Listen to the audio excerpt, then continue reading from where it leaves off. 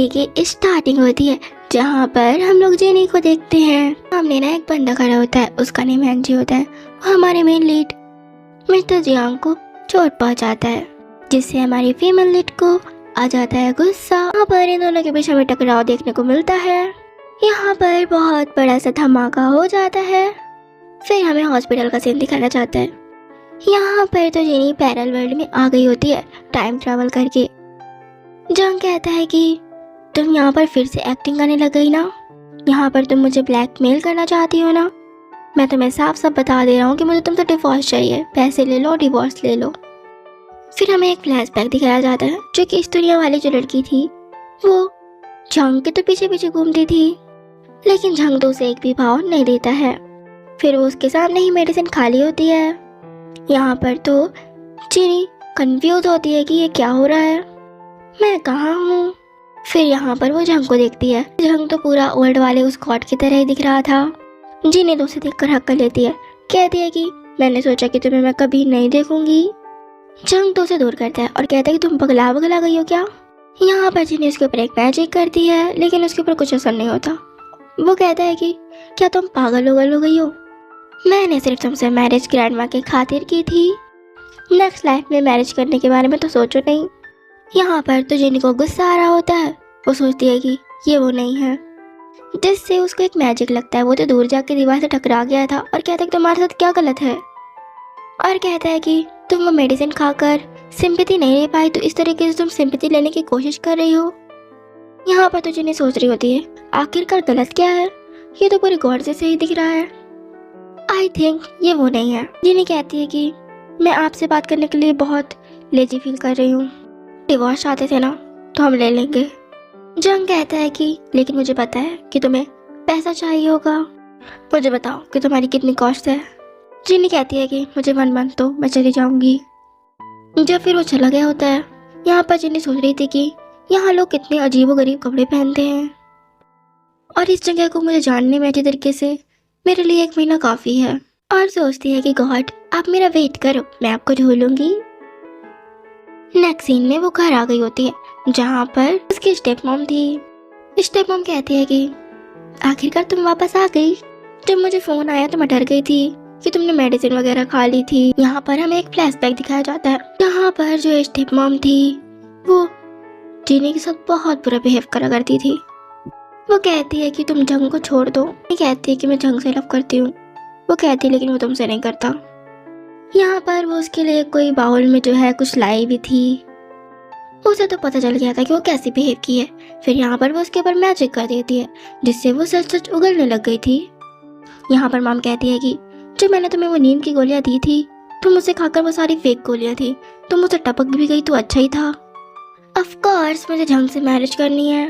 Jenny तो जंग के ऊपर हंस रही होती है और कहती है कि मुझे उम्मीद नहीं थी कि तुम इतने ज्यादा वाले पॉपुलर हो गए।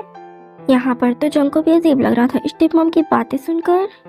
यहाँ पर फिर उनकी पूरी फैमिली आ गई होती है, जहाँ पर उसके फादर भी कह रहे होते हैं कि तुम्हें इस घर को छोड़ देना चाहिए, मेरे बेटे को तुम्हें तुरंत डिवोर्स दे देना चाहिए। यहाँ पर तो फादर उसे बहुत ज्यादा सुना रहे होते हैं। तभी जेनी यहाँ पर मैजिक कर देती है, जहाँ पर स्टेप मॉम फादर की एक स्लैब चढ़ देती है। फादर कहते हैं कि मुझे ये स्लैब क्यों जड़ा।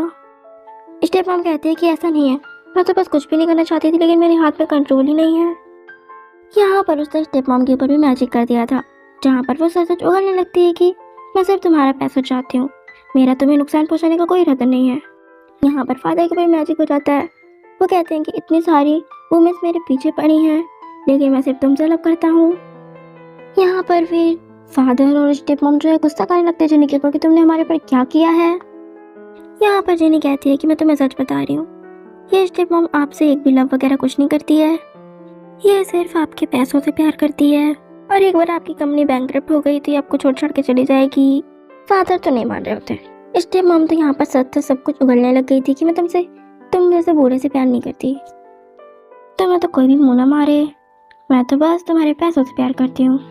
में तंग और जांग हंसने लग गए थे। वो दोनों तो यहाँ पर टेलीपोर्ट हो जाते हैं। जेनी कहती है कि क्या यहाँ के लोग टेलीपोर्ट भी होते हैं। एरा बताती है कि जंग फैमिली के जो मेंबर्स होते हैं ना वो टेलीपोर्ट भी होते हैं। ये हमारी फैमिली की एक जेनेटिक डिजीज है। अगर कोई मैन हंसता है तो वो डिसअपियर हो जाता है। इसलिए चंग फैमिली के मेंस को बचपन से ही ना हंसने की ट्रेनिंग दी जाती है।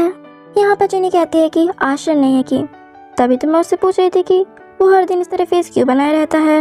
मैंने सोचा कि वो अपने लाइफ में बहुत ज़्यादा अनहैप्पी है। इरा कहती है ठीक है चलो चल के ढूंढते हैं उन्हें। फिर वो लोग उसे ढूंढ रहे होते हैं। तंग तो हमें मिल जाता है जो कि एक पेड़ पर लटका हुआ था। यहाँ पर जिनी उसे मैजिक करके उतार देती है। तंग तो काफ़ी ज़्यादा खुश हो जाता है और सिस्टर इन लोग के अपने जाके लटक गया था एक पपेट की तरह। जिनी कहती है कि अगर तुम इसी तरह नौटी बनती दिखाते रहे तो मैं तुम्हें वापस से पेड़ पर लटका दूंगी। दूसरी तरफ यहाँ पर जंग तो किसी के वॉशरूम में ही टेलीपोर्ट हो गया था। यहाँ पर तो वो लड़कियां उसे काफ़ी ज़्यादा परेशान कर रही होती हैं। कहती है कि तुम एक बदमाश हो। वो तो सोच रहा था कि मैं इन्हें क्या बताऊँ कि मैं टेलीपोर्ट होकर आ गया हूँ। वो तो उसे एक पागल ही समझती और जिनी के गोद पर आकर लटक गया था। यहाँ पर जिनी उसकी स्मेल से कहती है कि तुम गॉड हो ना। जंग कहता है कि तुम्हारे दिमाग का एक स्क्रू ढीला है क्या। यहाँ पर जिनी सोचती है कि शायद ये मेरा एक हेलुसिनेशन होगा। नेक्स्ट सीन में वो लोग घर आ गए होते हैं जहाँ पर ग्रैंडमा खड़ी होती है। ग्रैंडमा जिनी को देखकर कहती है तुम आखिरकार वापस आ गई हो।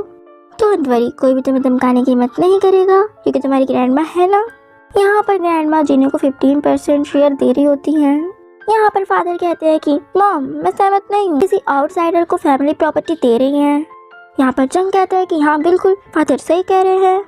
यहाँ पर जिनी कहती है कि मुझे ये नहीं चाहिए ग्रैंडमा।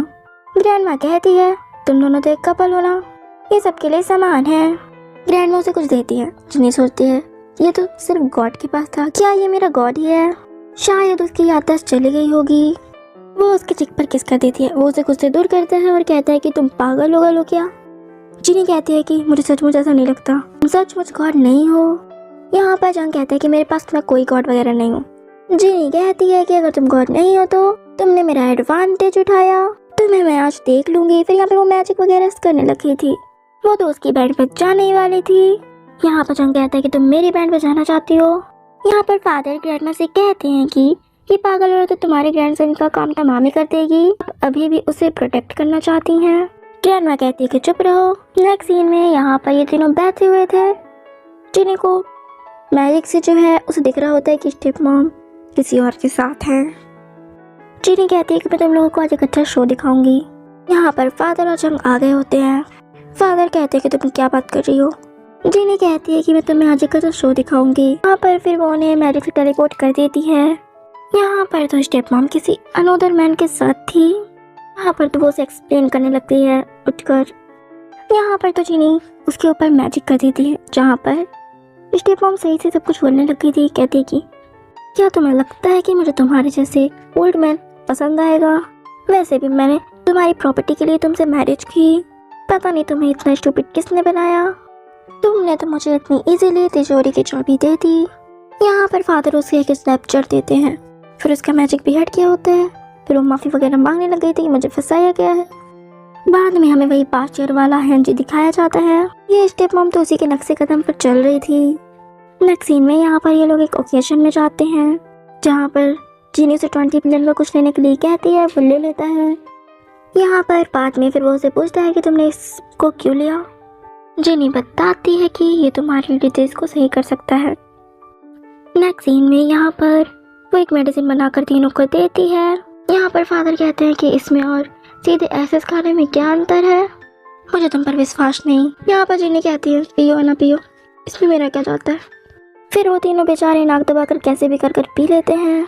इनका फेस तो देखने लायक था। तंग कहता है कि मैं अपने पहले रूम में जाता हूँ, मुझे कुछ काम है। यहाँ पर जंग कहता है कि इसका टेस्ट बहुत अच्छा है।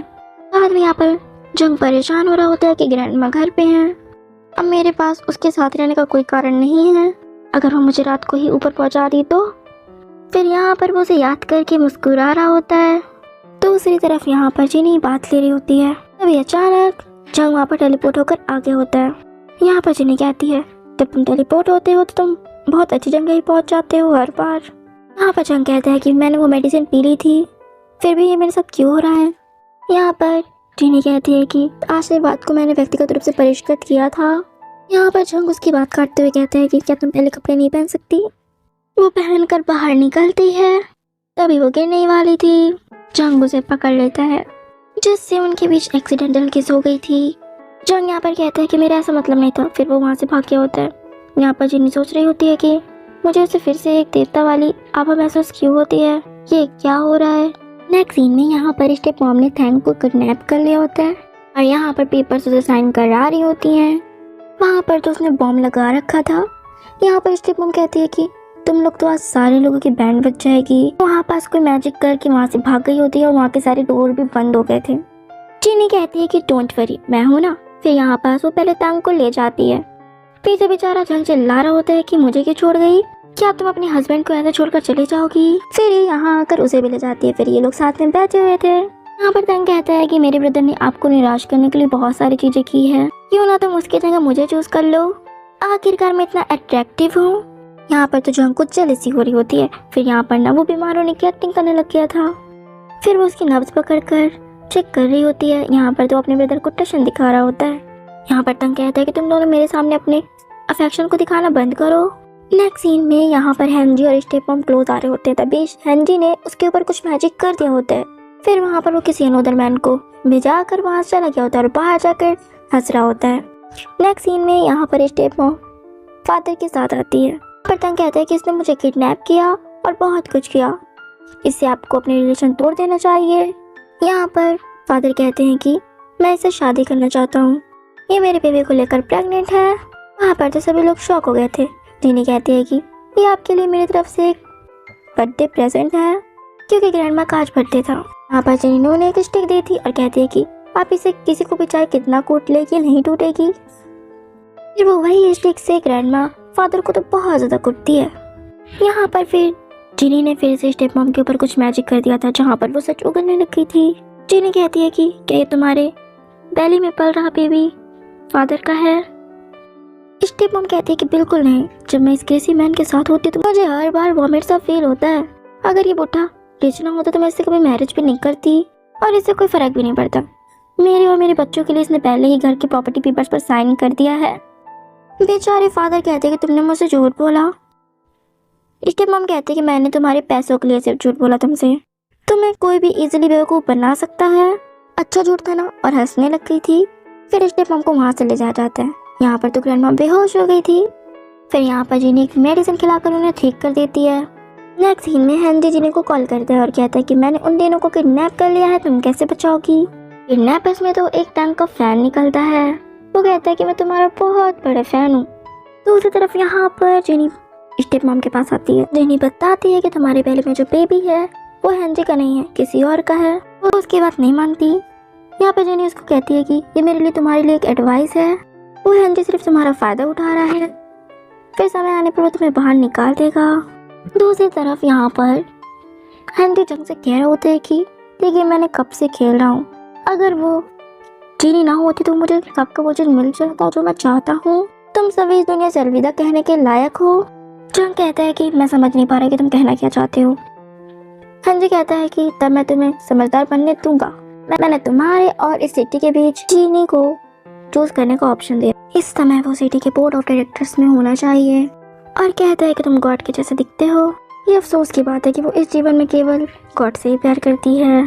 भले ही तुम उसे 100 टाइम्स वोट्स दे दो, उस स्थिति की तुलना नहीं कर सकते जो मैंने उसके दिल में है। फिर यहाँ पे टाइम भी याद करता है कि जहाँ पर जिनी कह रही होती है कि मेरा एक क्रश है। इतने में ही वहाँ पर जिनी आ गई होती है और उसके ऊपर मैजिक करती है। कहती है कि तुम मेरा सामना नहीं कर सकते।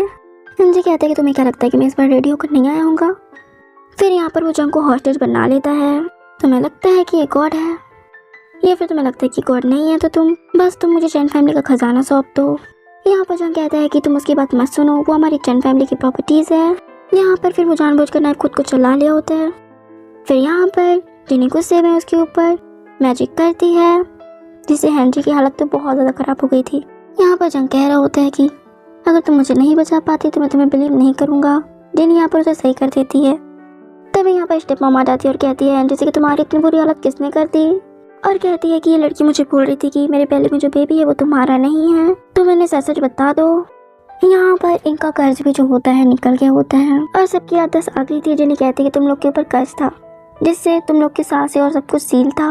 यहाँ पर तो हेनरी स्टेप मॉम को गला पकड़ कर कहता है कि तुम्हें क्या लगता है तुम यहाँ पर जिनी और अपनी तुलना कर सकती हो। ऑफ कोर्स ये मेरा बेबी नहीं है। तुम्हें उस दिन उस मैन के साथ मज़ा तो आया था, तुम्हें एहसास तक नहीं हुआ कि वो मैं नहीं हूँ। फिर यहाँ पर इनको पुलिस पकड़ कर ले जाती है। यहाँ पर तो जंग की आइडेंटिटी के बारे में पता चल गया था कि वो भी रियल गॉड ही था, बस उसकी याददाश्त चली गई थी। यहाँ पर ये दोनों ध्यान लगा रहे होते हैं। जंग कहता है कि मुझे लगता है कि हमें ध्यान लगाने के लिए एक अच्छी जगह ढूंढनी होगी। वो लोग तो वहाँ से जाने लगे थे। पीछे से ये दोनों चिल्लाते हैं कि जाने से पहले हमें एक बेबी तो देते जाओ। इसी के साथ हमारी इस स्टोरी की एंडिंग हो जाती है। सो फ्रेंड्स, ये स्टोरी आप लोग को कैसी लगी कमेंट में ज़रूर बताइएगा। अगर आप लोग मेरे चैनल पर नए हो तो प्लीज़ मेरे चैनल को सब्सक्राइब भी कर दीजिएगा। मिलती हूँ बस एक न्यू स्टोरी के साथ, तब तक के लिए बाय।